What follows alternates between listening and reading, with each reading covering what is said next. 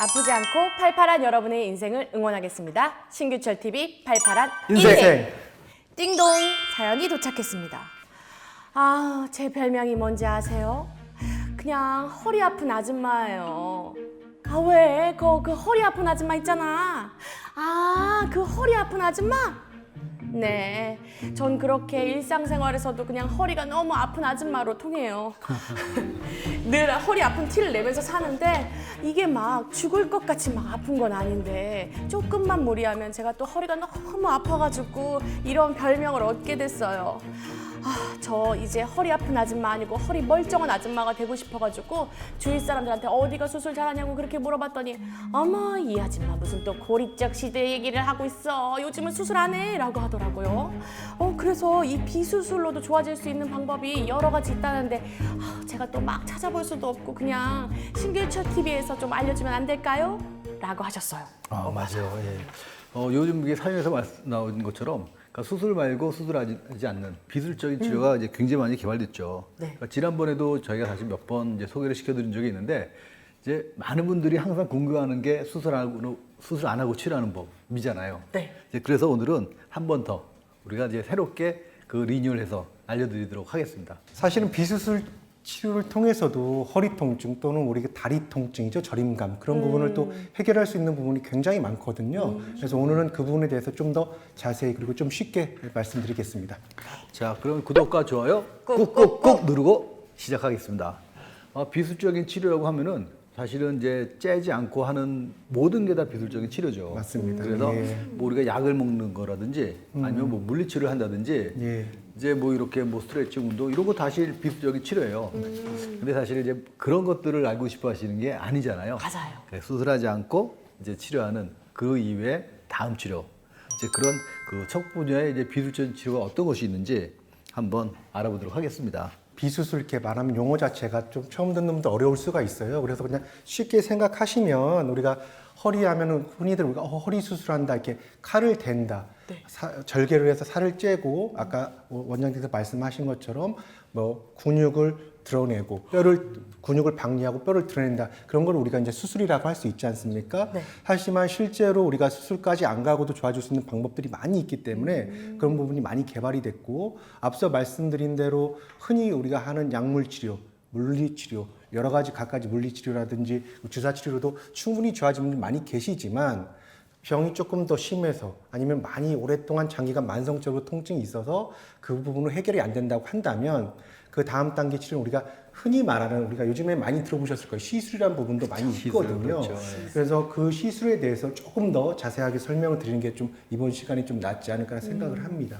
네, 그러면 이 비수술 치료, 네. 시술인데 네. 이것도 뭐 마취를 하고 뭐 절개를 이렇게 드러내고 막 그러는 정도는 아니지만 이런 것도 하나요? 맞아요. 그거의 이게 시술의 장점이 바로 비수술 치료의 장점이 그거라고 할 수 있는데요. 우리가 또 사실은 마취라는 것 자체도 굉장히 좀 두려움을 느끼시는 분이 맞아요. 많고 내가 자고 있는 상황에 또 무슨 일이 있는지도 궁금하고 또 맞아요. 무섭잖아요. 맞아요. 하지만 그런 비수술 치료는 대부분은 마취가 필요 없고요. 그리고 이제 시술 같은 경우는 마취를 하더라도 우리가 흔히 말하는 국소 마취, 피부 마취만 간단하게 하고요. 바로 접근할 수 있고 그리고 실질적으로 칼을 대서 절개는 없고요. 그냥 좀 굵은 바늘 정도의 관이 쑥 들어가서 치료를 하기 때문에 그게 바로 출혈도 적고 하는 장점, 쉽게 접근할 수 있는 장점이 될 수가 있겠죠. 네. 사실은 사람들이 비술적인 치료가 보면은 한 가지라고 생각하는데 실은 이제 한 가지가 아니라 그러니까 수술하지 않고 있는 모든 치료가 비술적인 치료, 시술이거든요.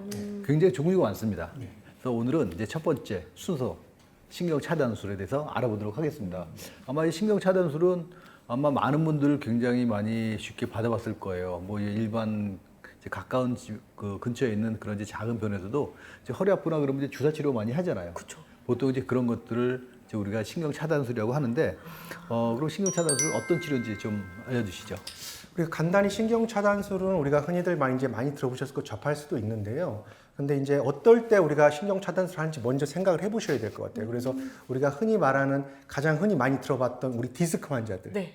협착증 환자들, 뭐 여러 가지 만성 요통이라든 여러 가지 이제 질환들이 있겠지만 디스크라는 건 뭘까요? 디스크라는 거는 뼈와 뼈 사이에 있는 쿠션 작용하는 물렁뼈, 그게 이제 뒤로 돌출이 되면서 나오면서 뒤에는 우리가 허리뿐만 아니라 다리로 가는 신경이 지나가거든요. 그걸 계속 압박하고 늘어붙고 염증을 유발하고 통증을 유발하는 그런 게 이제 우리가 디스크라고 볼 수 있고요. 협착증 같은 경우는 신경이 지나는 통로, 그 공간이 좁아지다 보니까 그 사이에 신경이 끼고 또 아까 말씀드린 대로 압박이 되고 늘어붙고 염증이 생겨서 이런 통증이 유발한다고 볼 수 있습니다. 그래서 신경 차단술은 그런 부분을 해결하기 위해서 실질적으로 그 병변까지 깊게 들어갈 수는 없지만 그게 눌려서 그 압박받고 있는 신경을 포인트를 선택적으로 잡아서 그 신경 주위에 신경의 통증을 완화시키는 약, 그리고 염증을 가라앉히는 약, 그리고 유착을 어느 정도 좀 녹여줄 수 있는 약을 주입을 해가지고 신경 자체의 염증을 가라앉히면서 통증을 좀 줄여주는 역할을 하는 게 신경 차단술의 개념이라고 보면 될 수 있을 것 같습니다. 신경 차단술이라고 해서 뭔가 이렇게 뭐 막 가로막거나 막 그러는 줄 알았더니 주사요법이 신경 차단술인가 봐요. 그렇죠, 맞아요. 예. 그러면 이 흔히들 뼈 주사라고 하는 그 스테로이드 주사랑은 또 다른가요, 이게? 뭔가 맞아요. 다른 점이 이게 있을까요? 또 어르신들이 뼈 주사 굉장히 두려움했다는 경우가 있어서 무서워하기 싫어하죠. 그거 먹으면 뭐 맞으면 뼈가 녹는다는데 뭐 맞아요. 이런 말씀 많이 하세요. 근데 조금 별개로 생각해야 될 게 염증 가라앉힌 약 중에는 스테로이드 성분이 좀 들어갑니다. 우리가 스테로이드 성분이 굉장히 나쁘다고 생각하면 그렇지 않아요. 그거는 염증을 가라앉히는 굉장히 효과가 있는 약인데 이걸 너무 과용하거나 그럴 때 문제가 생겼던 것이지 이걸 적절하게 의사의 진단에 제대로 쓴다면 굉장히 좋은 약일 수가 있거든요. 맞아요. 염증 가라앉히는 약인 스테로이드뿐만 아니라 통증 줄여주는 약, 그리고 유착을 늘어붙은 걸 떡진 걸 풀어주는 약이 같이 섞여 있기 때문에 칵테일 요법이라고 하거든요. 그런 칵테일처럼 섞어서 그 주위에 놓기 때문에 그 주사의 성질도 다르고 머금어 있지 않고 어느 정도 시간이 지나면서 흡수되기 때문에 그렇게까지 우리가 두려움에 떨면서 이거 맞으면 안 돼 이렇게 생각할 건 아닌 것 같아요. 맞아요. 너무 아픈 거 막 참지도 말고 맞습니다. 무서워하지 않는 게 제일 중요한 것 같아요. 이 신경 차단술이 사실 굉장히 쉽고 굉장히 결과가 좋거든요. 근데 아마 많이 사용을 한다고 하더라도 사실 이제 정확한 곳에 제대로 사용을 해야만 효과가 있는 거지 아무 데나 다 사용할 수가 없거든요. 우리 김홍식 원장님이 어떤 곳에 어떻게 사용하고 어떤 장점이 있는지 뭐 그런 것도 설명해 주셨으면 좋겠어요. 질환으로 보면 아까 설명드린 대로 뭐 디스크나 협착증 그 외 여러 가지 질환도 있겠고요. 우선은 바로 수술할 정도는 좀 아닌 정도의 통증이라든지 실질적으로 병의 진행 정도가 그렇다고 한다면 충분히 신경 차단술을 적용해 볼 만하고요. 뭐 이런 경우도 있어요. 우리가 디스크 같은 경우 우리가 흔히 보면 막 터졌다 이런 경우 있거든요. 그쵸. 근데 그게 있으면서 그대로 이제 고착화 되면서 계속 통증을 유발하는 경우도 있지만 이게 점점 흡수되면서 자연 치유를 유도해 볼 만한 경우가 있거든요. 그런 경우에는 그렇다고 극심한 통증을 참다 보면 이제 어떤 분들은 그래요. 주사 맞은 건 안 좋고 이게 좀 좋다고 하니까 근데 꽁꽁 참다 보면 이 우리가 사람이라는 게 통증은 감각이지 않습니까? 네, 주관적 통증, 통각이라고 하죠. 근데 이게 계속 감작이 되다 보면 통증의 예민도가 높아지게 돼요. 역치가 낮아진다고 할까요? 그래서 같은 자극을 통증을 인지할 수가 있기 때문에 그런 경우에 통증을 완화시키는데도 굉장히 도움이 될 수가 있고요. 그리고 또 하나는 사실은 수술할 정도로 좀 안 좋긴 한데 수술하는데 너무 위험해. 그럴 때는 이제 이런 주사 치료도 한번 적용해 볼 만하고요. 또 다른 의미에서는 우리가 허리는 여러 마디가 있기 때문에 간혹 수술이 필요한다고 해봐요. 그렇죠. 근데 이거를 어르신이 연세도 많고 이 여러 마디를 다 하기에는 너무 위험해요. 하지만 어머니가 주로 느끼는 통증 마디가 어딘지 알아보기 위해서 그 마디, 그 신경에다 딱 놨을 때 증상이 좋아지면 여기구나. 이런 진단적 가치도 있거든요. 충분히. 그런 의미도 의학적으로는 굉장히 도움이 되기 때문에 이런 애매한 상황에서 하고 또 하나는 이런 경우도 있어요. 우리가 다리 통증이 요즘에 많이 이제 공부를 해서 아시겠지만 이제 허리에서 신경이 눌리는 뿐만 아니라 혈액순환이 안 돼서. 그거 많이 전에 말씀드렸었죠. 네. 그래서 이런 부분이 있을 때는 이게 허리인지 다리인지 그거를 이제 진단하는 가치가 또 의미가 있지 않습니까? 그렇기 때문에 그때도 허리에 놨을 때 좋아지면 여기 포인트다. 어머니 이것 때문에 아픕니다. 치료해드리겠습니다. 이렇게 말을 할 수 있겠죠. 그러면 이런 신경 차단술, 이 주사요법 이런 게 단점도 또 있지 않을까요? 이게 쉽게 접근할 수 있고 간단하게 주사바늘로 놓을 수 있는 장점인 반면 앞서 말씀드린 대로 구조적인 원인은 디스크가 누르고 협착이 실제로 누르고 유착이 돼서 떡이 져서 아픈 건데 그 결과물인 신경이 부은 주위에 놓기 때문에 구조적으로 직접 그 병변까지는 찾아갈 수 없는 그런 의학적인 한계, 치료의 한계점이 분명히 있는 거예요.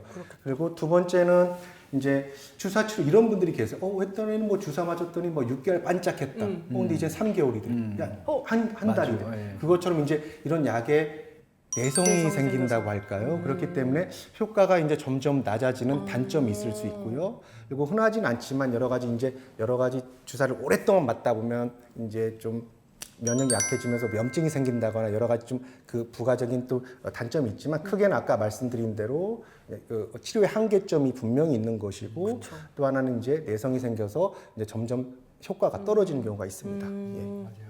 예. 이렇게 그 신경 차단술의 좀 아쉬운 점을 보완을 해서 좀 더 새로운 치료가 나왔죠. 이제 우리가 이제 신경 성형술이라고 하는 것. 바로 이제 그게 이제 새로 개발된 건데.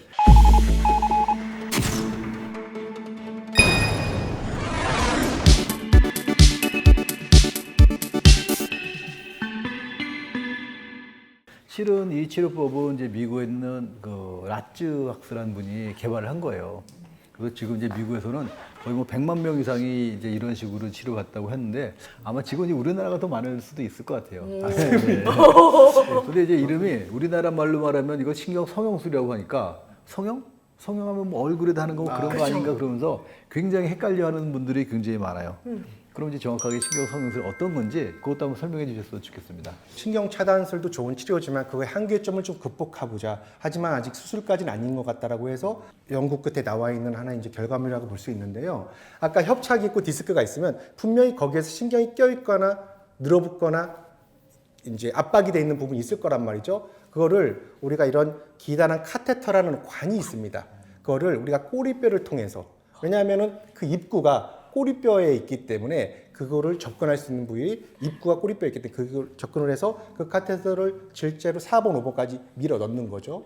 실시간 엑스를 보면서 정확하게 그 마디를 판단하고 그런 다음에 아까 말씀드린 대로 협착이나 좀 디스크나 협착이 때문에 신경이 껴 있거나 유착 때문에 쉽게 말해 저는 이렇게 표현하는데 떡이 져 있다고 표현하거든요. 떡이 져 있는 부분을 이게 카테터가 좀 유동성이 때문에 움직일 수가 있어요. 저희가 그래서 그 부분을 관을 직접 그 사이까지 밀어 넣어서 유착부 이렇게 긁어서 풀어들여서 이 공간을 확보해서 기계적인 유착 박리. 그러니까는 긁어내는 걸 물리적으로 유착 박리를 하고요. 그 다음에 약을 넣어서 화학적인 약물 치료형한 유착 박리를 동시에 이루어질 수 있다는 장점이 있는 부분입니다. 저는 약간 만약에 제가 허리가 되게 아파가지고 이런 게 필요하다 하면은 이 성형술에 조금 더 이렇게 관심이 가요. 그렇죠. 뭔가 진짜 직접적으로 아픈 부분을 조금씩 이렇게 변형을 해준다는 그게 저한테 더 솔깃한 것 같은데 이런 거를 못 하시는 분들이 또 계시잖아요. 이 차단술은 주사로 하지만 이거는 얇은 관이 들어가야 되는데 어떤 분들이 또 하고 이것도 안 되는 분들은 또 왜 그런지. 이제 사실은 저는 이 말씀드리기 전에 이런 말씀 드리고 싶어요. 우리가 이제 워낙 고령화 사회가 되고 허리 아픈 분이 너무 많으세요. 연세든 이제 어르신들이 많고 하기 때문에. 근데 사실은요, 우리 원장님도 계시지만 허리 질환의 대부분의 90% 정도, 80, 90% 정도는 수술까지 안 가고도 좋아질 수 있는 부분이 굉장히 많습니다.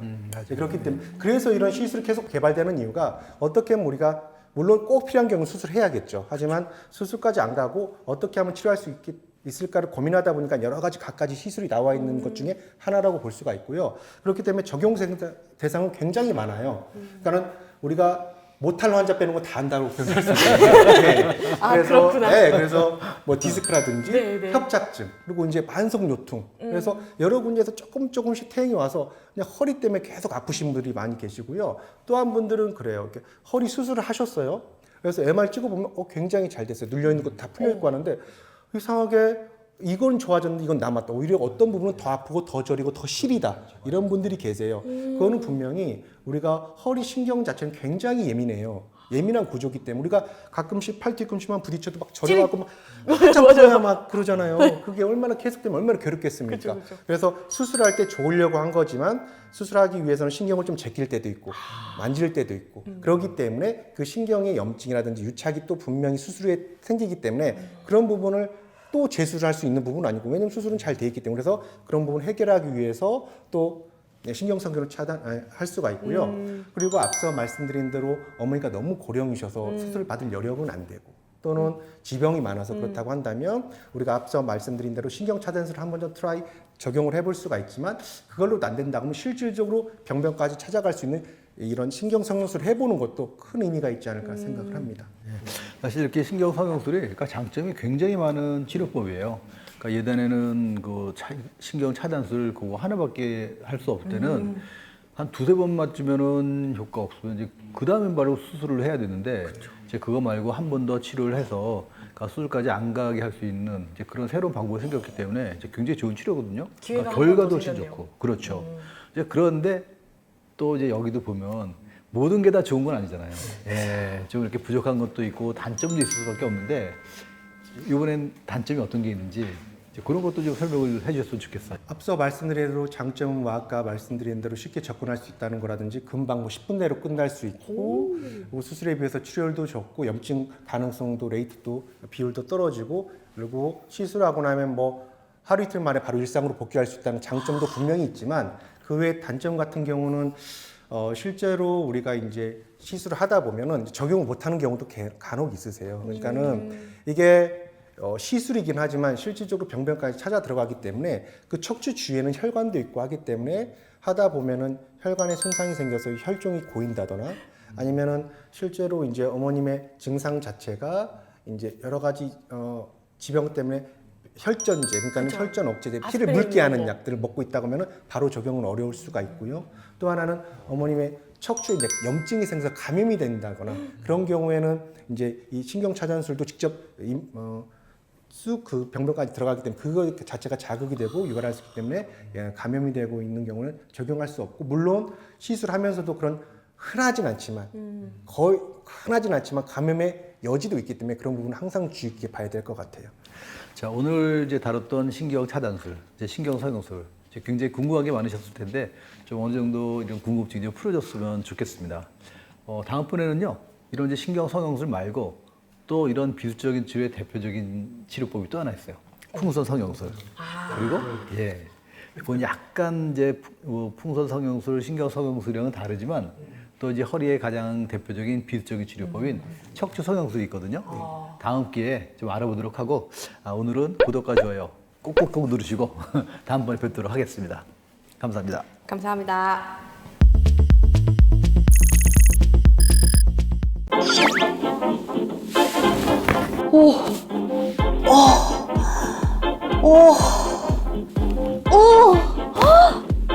오, 대박. 오. 아, 너무 시원한데?